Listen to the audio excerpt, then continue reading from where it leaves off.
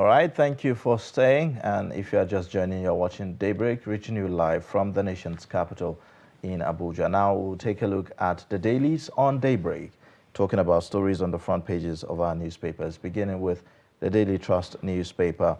Quite a number of stories here. The lead story says experts worry as Nigeria becomes sixth most populous country.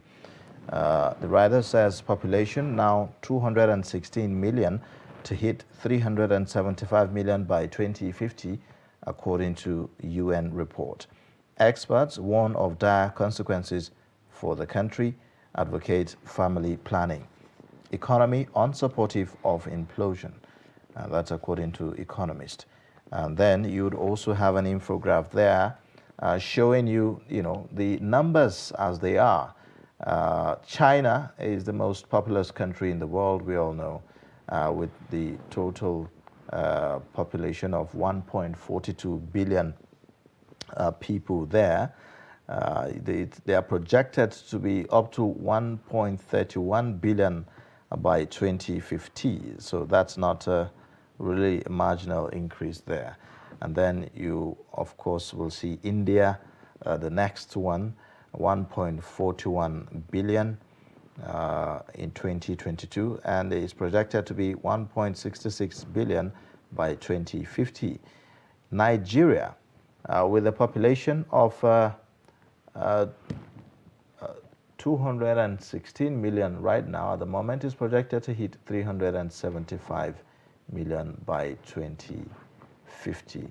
No, not Nigeria, talking United States, talking about United States. That's in 2020, they are up to 337 million, and then projected to be 375 million by 2050. Nigeria, 216 million, projected to be 375 million people by 2075. So that's almost the same as the United States by the year 2050.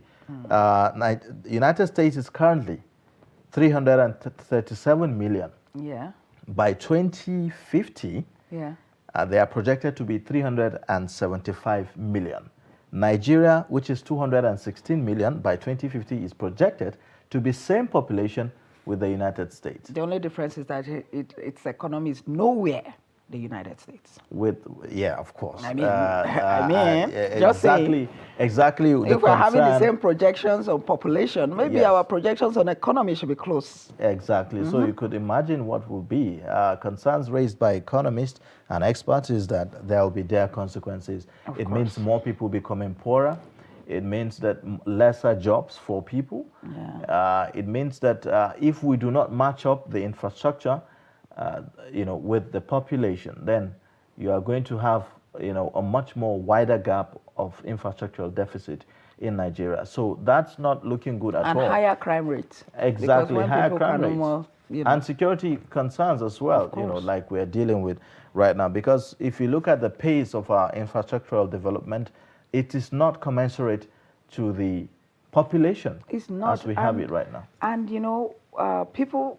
Lately, experts have been talking about the population situation in Nigeria, and they have continuously said that it's important for something to be done about it immediately, because so that we do not have a problem on our hands. I mean, we already have a problem in Nigeria. I mean, if it gets worse than this, I do not know what will happen, And some countries like China, they've been able to use their population to their advantage. In Nigeria, that is not the case.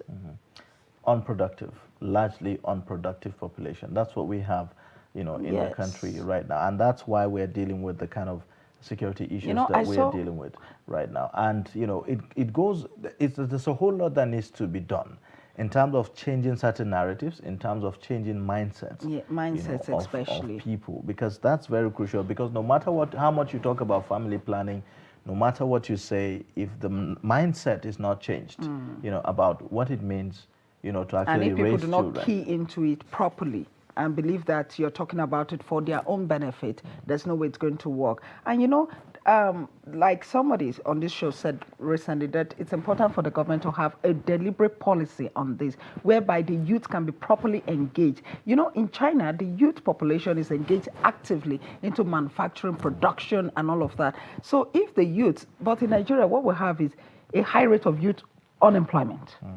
So this unemployment, it therefore means that this youth, instead of being of advantage to the country, they're actually a burden, you Yes, know, as it were, to the because country. they are not doing anything productive. Well, hopefully, we'll see a lot of changes. Now, other stories. Let's take a look at other stories. The APC governors endorsed Tinubu Shetima ticket. Reactions trail choice. That's one of the stories there on page 11. Then the next one, ASU, Buhari gives condition as Nupeng threatens to join strike. Kuje jailbreak.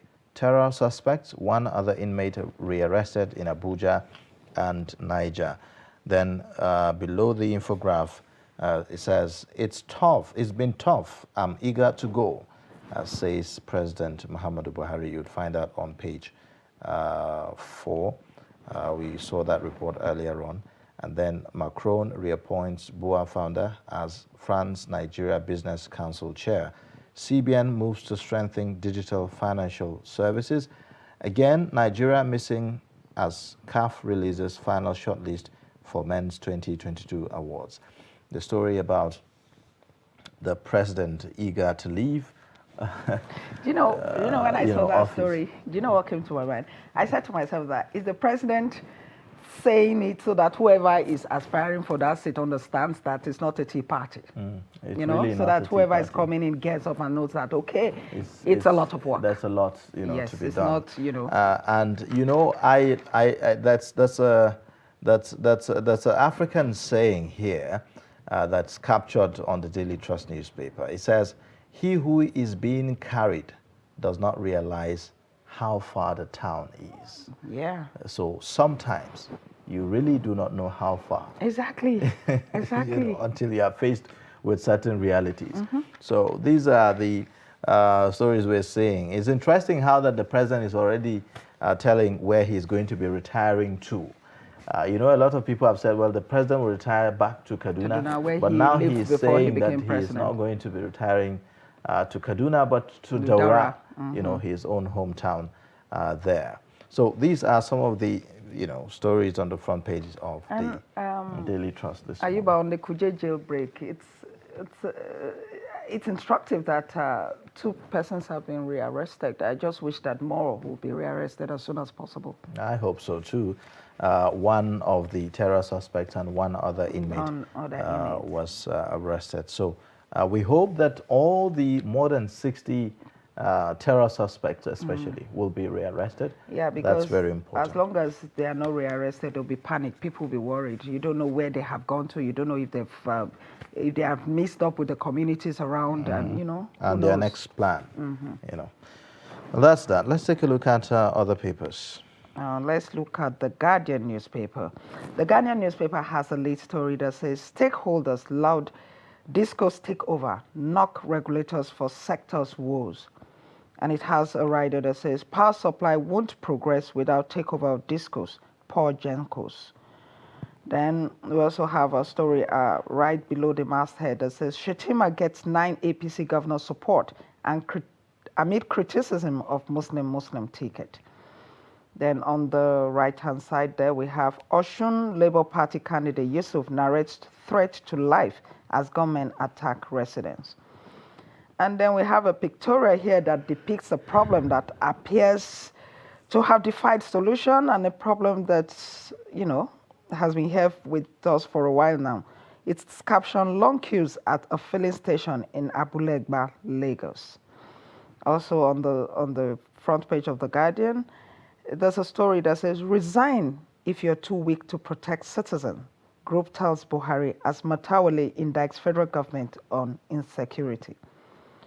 Federal High Court issues new practice direction on pre-election matters. We also have a story here, 4 more Rivers APC chiefs dump parties. Those are the major stories on The Guardian for today. All right. Ayuba, when you take a look at this queue, when are we going to stop seeing the queues?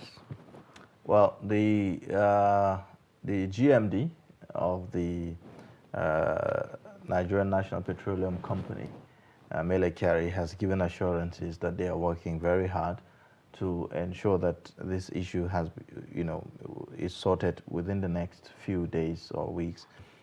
Yes, Nigerians have had enough of Well, it. the marketers 2 days ago threatened to go on strike. So these side-by-side assurances. Yeah, well, what we can only do is to hope, right now, that it is sorted as soon as possible, going by the words of the GMD of the NNPC. It has lingered more than necessary, really, and Nigerians are not finding it easy. Now, a story here says 4 more Rivers APC chiefs dump APC. It appears that this decision by the APC is causing a lot of reactions from members of the party. In fact, we are also just seeing that an actor who is also a member of the APC has resigned his membership of the APC, talking about Kenneth Okonkwo. He put up a statement on his Instagram page saying that he has resigned membership of the party, APC. If I may just take a little from that, it says he resigned his membership over the choice of the Kashim Shettima as the runmate of the party's presidential candidate. He shared this on his Instagram page. So, quite a lot of reactions. It appears that we have not seen the end of the reactions yet. Now, if you take a look at other stories also on the front page, talking about Oshun LP candidate Yusuf narrates threat to life as gunmen attack residents. Yesterday, I saw a clip of that where he was, in fact, even pictures of his home that was attacked yesterday, and it raised quite a lot of questions as to the kind of politics that we're about to see in Osun State. And it's very worrisome because this is coming just days to the election. Yes, and from what I understand, about 3 people have been killed already during the primaries of both the APC. 2 people in the PDP and 1 person on the side of the APC during the primary election. So if this is happening, I'm just concerned about how violent the election in Osun State could be eventually. And it also raises a lot of alarm, meaning that our security officials must be at the top of their game to forestall. Yes, in responding to this attack on Yusuf's residence, the PDP in the state actually said that there was a need for security to be beefed up and that they should be the security should map the state to be sure that places are safe for people to come out, because that these attacks are already causing fear in the people, and that could even, cause voter apathy as well. It could make people not to even come out to vote. I agree totally. All right, now let's take a look at some more stories on the Punch newspaper this time around. It leads with the story that says Tinubu Shettima ticket, how Buhari doused governor's anger in Daura.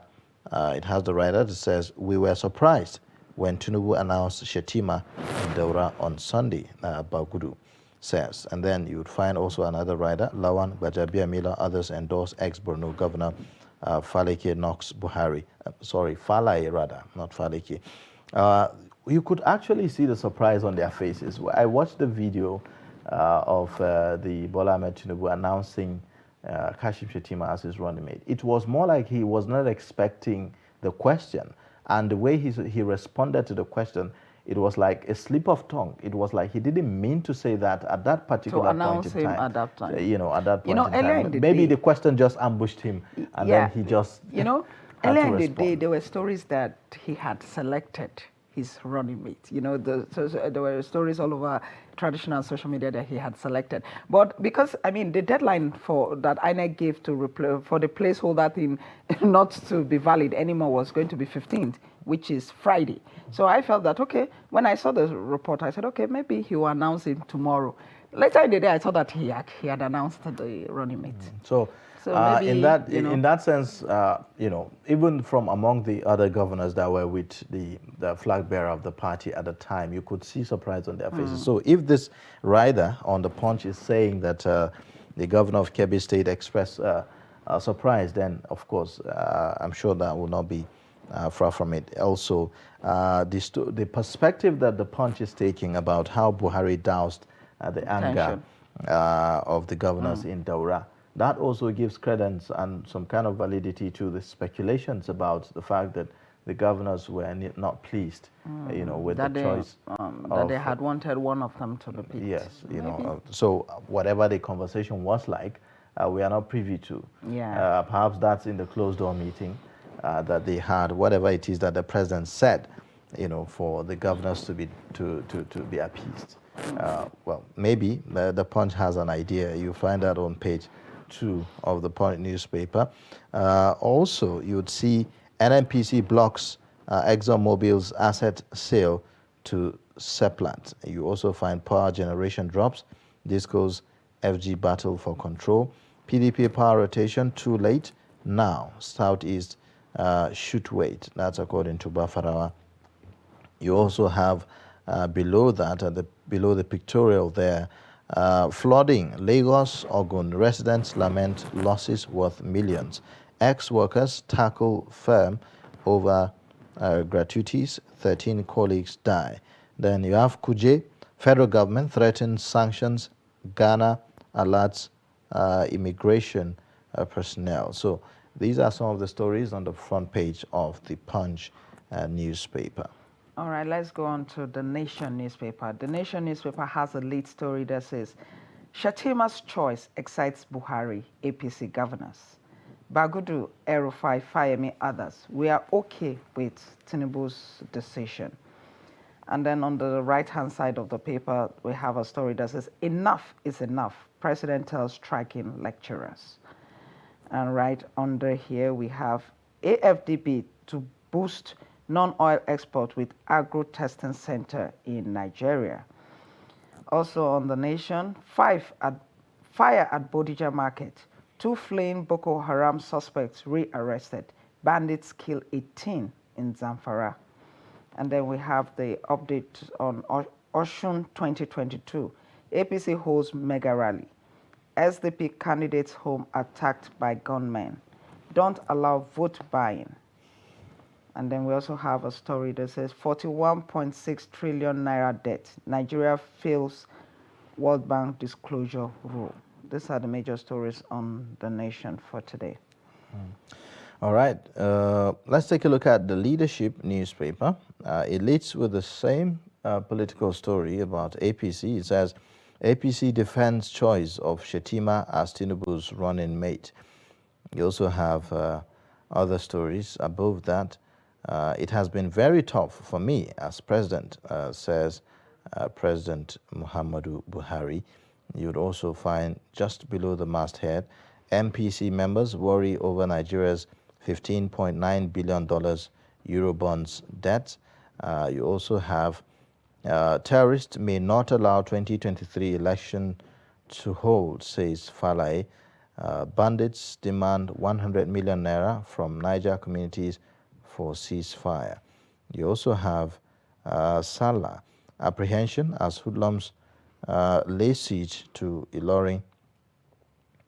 Kuje jailbreak, 2 wanted terrorists rearrested in FCT and Niger. Nigeria missing as CAF releases final list for 2022 awards. These are some of the stories on the front page of the Leadership newspaper this morning. Well, one thing is certain. The story about the Bola Ahmed Tinubu's running mate is virtually on all the papers that we've seen. In fact, it's the leading story on virtually all the papers that we looked at this morning, except for the Guardian newspaper. Yeah. So it shows how much of interest that choice is generating in the polity. You know, it's the APC is the ruling party, so I expected this kind of reaction and interest, in whatever decision they make, because a ruling party is always the party to beat during election. Sure. You know. Sure.